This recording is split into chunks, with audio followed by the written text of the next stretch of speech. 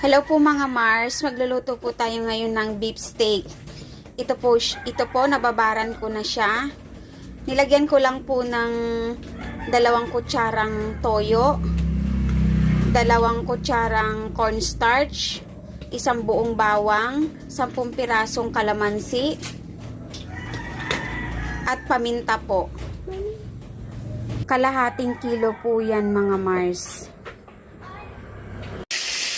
Ayan po mga Mars, after mababad ng 1 hour, magpiprito na po tayo.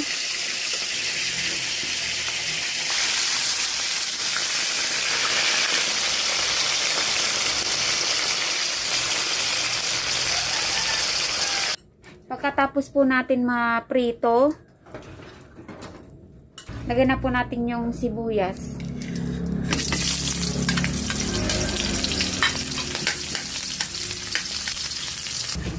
Pagluto na po mga Mars yung sibuyas, pwede na po natin ilagay yung prinito nating beef kanina.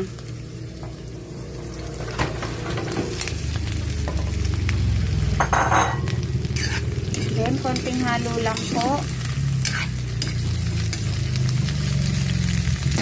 Yung pinagbabaran po natin kanina, ito na po yun.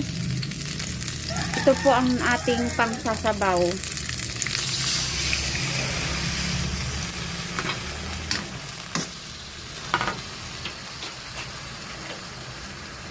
Lagyan po natin ng paminta.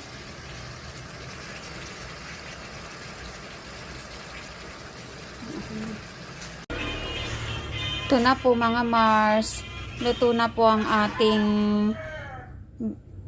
beef steak.